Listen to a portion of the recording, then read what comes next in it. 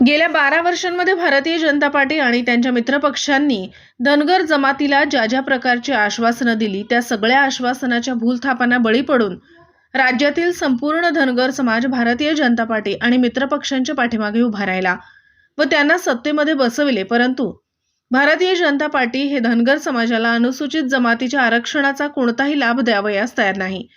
त्यामुळे संविधानामधल्या प्रतिनिधित्व आणि संधी या गोष्टीपासून धनगर समाज हजारो कोस दूर असल्याचे प्रतिपादन धनगर आरक्षण कृती समितीचे राज्य समन्वयक पांडुरंग मेरगळ यांनी केले। महाराष्ट्रातील निवडक धनगर समाजातील समाज बांधवांची राज्यव्यापी बैठक फलटण येथे नुकतीच पार पडली। यावेळी पांडुरंग मेरगळ बोलत होते।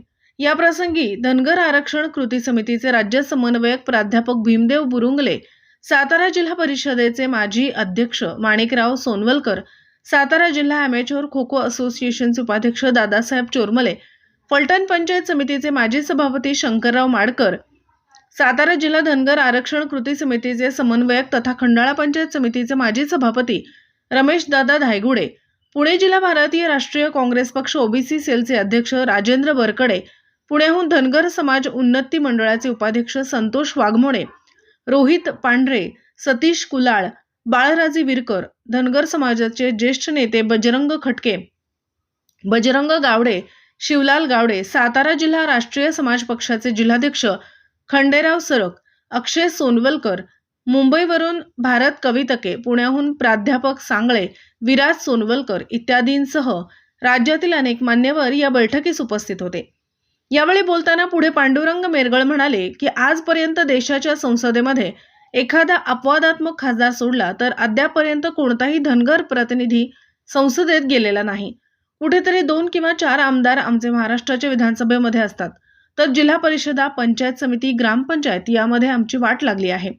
केंद्रीय संस्थांमध्ये ॲडमिशन प्रक्रियेमध्ये आमच्या लोकांना पाहिजे ते संधी मिळत नाहीत आणि म्हणून धनगर एसटी आरक्षण जे संविधानामध्ये उल्लेख असलेल्या आमच्या या आरक्षणापासून भारतीय जनता पार्टी व प्रस्थापित राज्यकर्त्यांनी आम्हाला जाणीवपूर्वक दूर ठेवलं आहे आणि म्हणून धनगर आरक्षण या विषयाची जनजागृती करण्यासाठी आणि महाराष्ट्रामध्ये भविष्यात न भूतो न भविष्य असा एक मोठा लढा संघर्ष उभा करण्यासाठी आज फलटणमध्ये राज्यांमधून आलेल्या वेगवेगळ्या धनगर समाजाच्या प्रतिनिधींची बैठक झालेली असल्याचे सांगून मेरगळ म्हणाले, लवकरच महाराष्ट्रातील निवडक कार्यकर्त्यांचे निवासी शिबिर आयोजित करून या शिबिरामध्ये धनगर आरक्षणाचे लाभ व धनगर समाजावर होणाऱ्या अन्यायाविषयी जनजागृती करणार असून एक प्रकारची मोठी चळवळ उभा करणार असून ही चळवळ व्यक्ती केंद्रित, नेता केंद्रित राहणार नसून विचार केंद्रित राहून धनगर समाजाला न्याय, हक्क, अधिकार मिळवण्यासाठी काम करणार असल्याचेही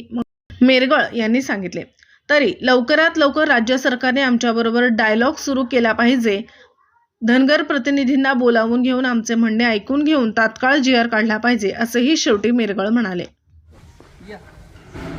आज फलटण या ठिकाणी महाराष्ट्रातील राज्यव्यापी धनगर समाजाची बैठक या ठिकाणी झालेली आहे आणि गेल्या 12 वर्षामध्ये भारतीय जनता पार्टी आणि त्यांच्या मित्रपक्षांनी धनगर जमातीला ज्या ज्या प्रकारची आश्वासनं दिली त्या सगळ्या आश्वासनांच्या भूलथापांना भुलून संपूर्ण धनगर समाज भारतीय जनता पार्टी आणि मित्रपक्षांच्या पाठीमागे उभा राहिला। न भूतो न भविष्य अशा प्रकारचं यश दिलं, परंतु भारतीय जनता पार्टी हे धनगराच्या बाबतीत मगरीचे आसू ढाळत आहे। कुठल्याही प्रकारचा लाभ धनगर जमातीला मिळत नाही। संविधानामधल्या प्रतिनिधित्व आणि संधी या गोष्टीपासून धनगर समाज हजारो कोस दूर आहे। एकही खासदार आमचा गेलेला नाही।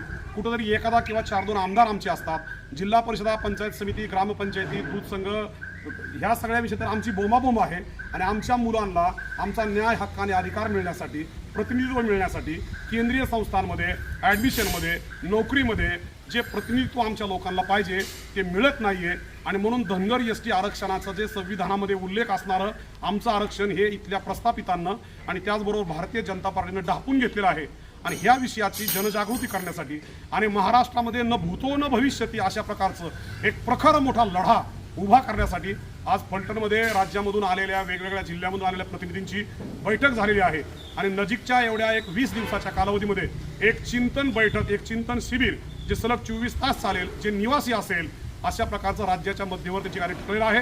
धनगर आरक्षणाचा लढा हा न भूतो न भविष्यती अशा प्रकारचा त्या ठिकाणी सुरू करायचा आहे आणि याच्यामध्ये आदरणीय दादासाहेब सोरमले असतील, रमेशजी धायगुडे पाटील असतील, राजेंद्र बरकडे असतील, आमचे सगळे सहकारी असतील, सगळी मंडळी आज या ठिकाणी, कुमार देवकाते साहेब आहेत, विशालजी आहेत, सतीशजी कुलाळ आहेत, हे राज्यातले वेगवेगळ्या जिल्ह्यातले वेगवेगळ्या प्रतिनिधी आहेत. आम्ही सर्वजण या महाराष्ट्रातल्या 358 तालुक्यामध्ये प्रत्येक तालुक्याचा प्रभारी नेमून आणि अत्यंत केडर बेस अशा प्रकारची चळवळ उभी करत आहोत की ज्या केडर बेस चळवळीमध्ये व्यक्ती केंद्रित नसून, नेता केंद्रित नसून, विचार केंद्रित आणि जमातीला न्याय हक्क अधिकार मिळवण्यासाठी आणि धनगर एसटी आरक्षणाचा GR काढून लगेच त्याची अंमलबजावणी सरकारकडून करून घेण्यासाठी आणि सरकारबरोबरचा डायलॉग सरकारनं तात्काळ आमच्याबरोबर सुरू केला पाहिजे. धनगरांच्या प्रतिनिधीला सरकारनं तात्काळ बोलावून घेतलं पाहिजे आणि आमच्याबरोबर डायलॉग सुरू करून आमच्या एसटी आरक्षणाचा GR तात्काळ काढला पाहिजे. यासाठी हे जन आंदोलन आम्ही उभं करत आहोत. जय हिंद, जय अहिल्या, जय मल्हार. आमच्या नवीन बातम्या पाहण्यासाठी